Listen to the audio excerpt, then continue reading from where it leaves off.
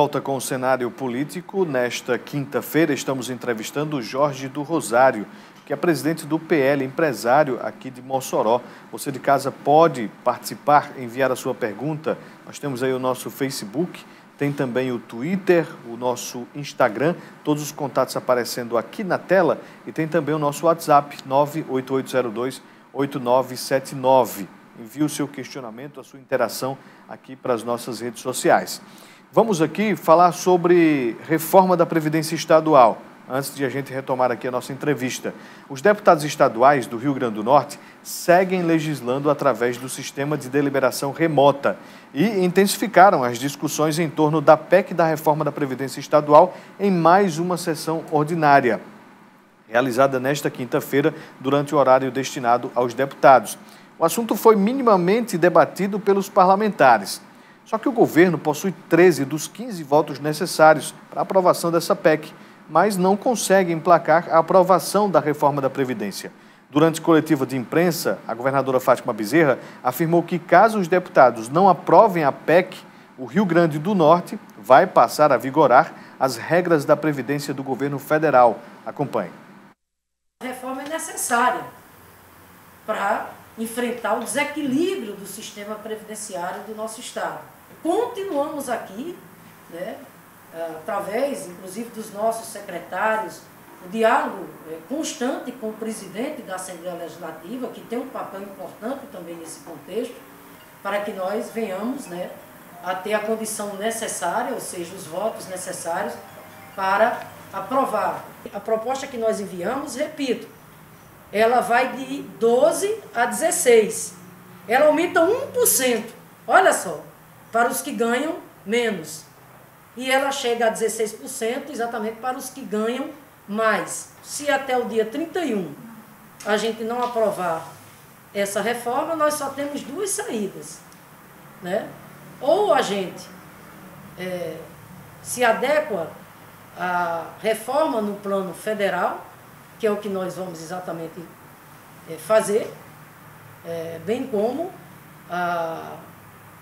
não perder o certificado de regularização previdenciária, que essa seria, sem dúvida nenhuma, uma das sanções mais danosas. Não é para a governadora, é para o povo. Por exemplo, é para a barragem de Oiticica, que está em 80% em construção. É para, por exemplo, os investimentos na área da segurança pública, os investimentos na área da saúde. Porque um dos reflexos, repito, de não aprovarmos a reforma da Previdência no prazo previsto é exatamente esse. É o Estado perder o certificado de regularização previdenciária e, portanto, ele fica impedido de fazer convênios, receber essas transferências voluntárias. E no caso do Rio Grande do Norte, isso significa a gente, por exemplo, perder investimentos da ordem de mais de 150 milhões de reais. Aí, a governadora Fátima Bezerra já colocando a bomba ou a batata quente no colo aí dos deputados. Muitos acham que é uma bomba, outros acham que é apenas algo passageiro, que vai realmente trazer ali um certo desconforto, um desgaste para os deputados, mas que é algo necessário. O secretário estadual de tributação disse aqui no cenário político TCM que o déficit previdenciário, o déficit do governo do Estado é de algo em torno de 150 milhões por mês e precisa dessa aprovação.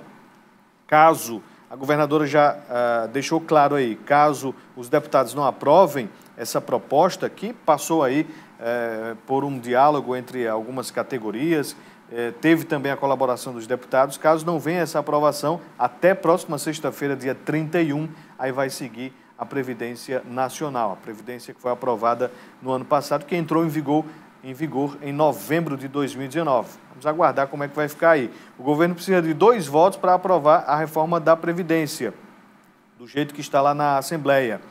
Se vai conseguir convencer ou não deputados da base de oposição, aí a gente vai acompanhar. Mas hoje, nesta quinta-feira, já foi a 5ª sessão obstruída que não houve a votação da PEC. De volta aqui com nossa entrevista, a gente volta com Jorge do Rosário. Jorge, vamos falar aqui de eleições 2020. O senhor já comentou que está no jogo político para as eleições deste ano. Antes de a gente falar sobre o senhor em específico, como é que está o PL? Como é que está aí a organização da nominata para os candidatos ao Legislativo Municipal? Olha, nós estamos trabalhando, nós temos vários nomes no nosso partido e nós vamos consolidar, vamos participar, fazer algumas reuniões logo com os pré-candidatos, montar uma estratégia, e nós estamos trabalhando nesse sentido. E nós estamos otimistas de a gente ocupar cadeiras na Câmara Municipal, isso é importante. E o PL está organizado e vai com bons nomes para o pleito na questão de vereador. Já formataram toda a nominata, Jorge, ou ainda falta alguns nomes aí? Olha, nós estamos tentando convencer alguns nomes para a gente formar os nossos 32, fechar os 32 nomes, mas temos uma boa quantidade que dá para a gente ir para a disputa para ter boa representação na Câmara Municipal. Tá, agora falando do senhor, que se coloca também ali nesse cenário como possíveis candidatos ao Executivo Municipal. O senhor ainda não definiu pré-campanha à Prefeitura.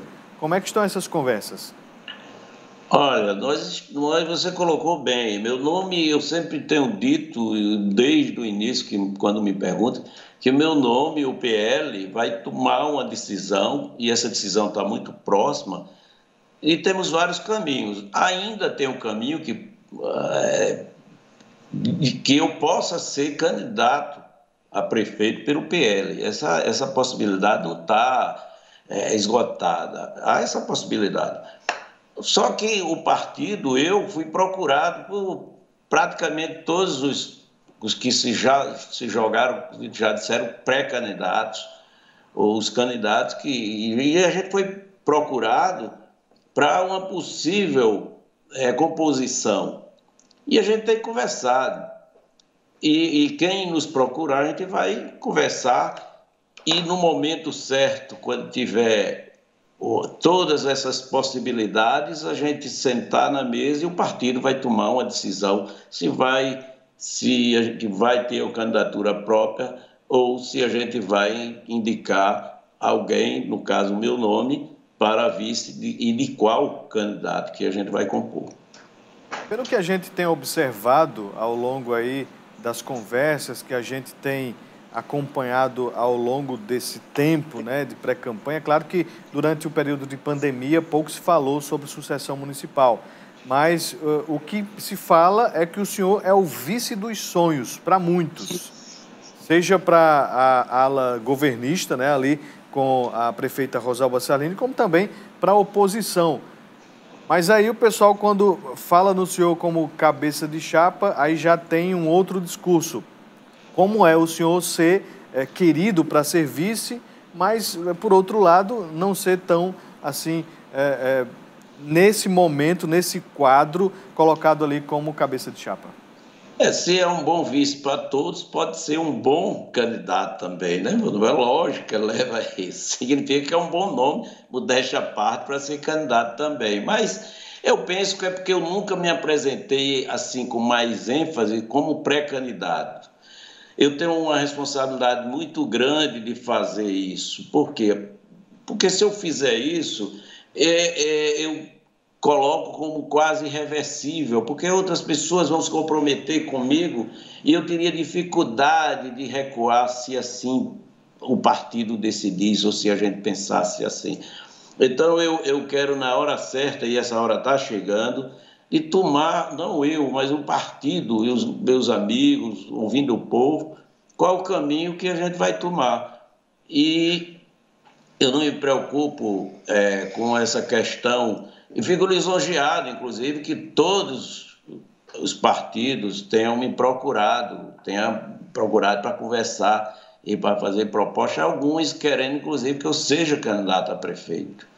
Tem também isso. E outros me estimulando e outros propondo que a gente faça uma composição, eu para ser vice e, eu repito, outros querendo que eu seja candidato a prefeito.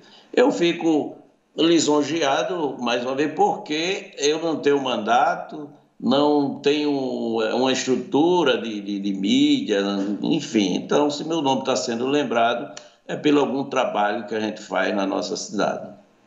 O senhor acha que tirou alguma lição, tanto da eleição de 2016, quanto também do processo eleitoral de 2018? Que lição é essa? Tiramos várias lições. Eu sou neófito na política, eu sou novo em política. Eu comecei, eu e meu amigo Tião Couto, nós começamos há 4 anos. E tem gente aí que tem 50 anos ou mais do que isso. Então eu aprendi muitas coisas.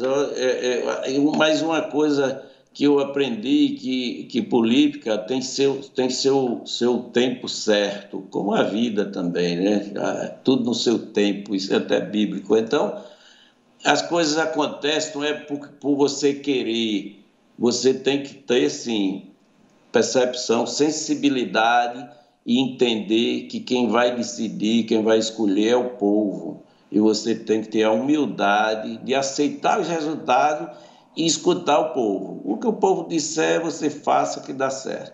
Até porque a voz do povo é a voz de Deus. Então, você precisa, sim, ter essa sensibilidade para ouvir o povo. O senhor, então, está na política e pretende ficar na política? Eu pretendo ficar na política, pode até sem mandato ou não, sem disputar mandato, pela seguinte coisa: a política é a arte, é a atividade onde você tem maiores possibilidades de melhorar a vida das pessoas. É na política que a gente pode fazer mais do que isso. Eu tento dar minha contribuição, e eu chamo de retribuição a Mossoró, por tudo que Mossoró me deu, através de investimentos. Eu fico muito feliz e quero viver o resto da minha vida aqui. Eu nasci, me criei e continuo aqui em Mossoró, acreditando em Mossoró, mas entrei na política achando que, porque via na política e vi e continuo vendo que é na política que a gente pode fazer mais pelo povo. Agora, isso, evidentemente, como eu falei, tem que ter humildade para saber se o povo também acha que você tem condições de fazer isso. Então, para mim, eu fico muito tranquilo, eu faço a minha parte e tento ocupar os espaços e dar a minha contribuição dentro da política. Eu quero lembrar que, por mais que a gente não goste de política e dos políticos, o que a gente faz ou deixa de fazer são os políticos que decidem.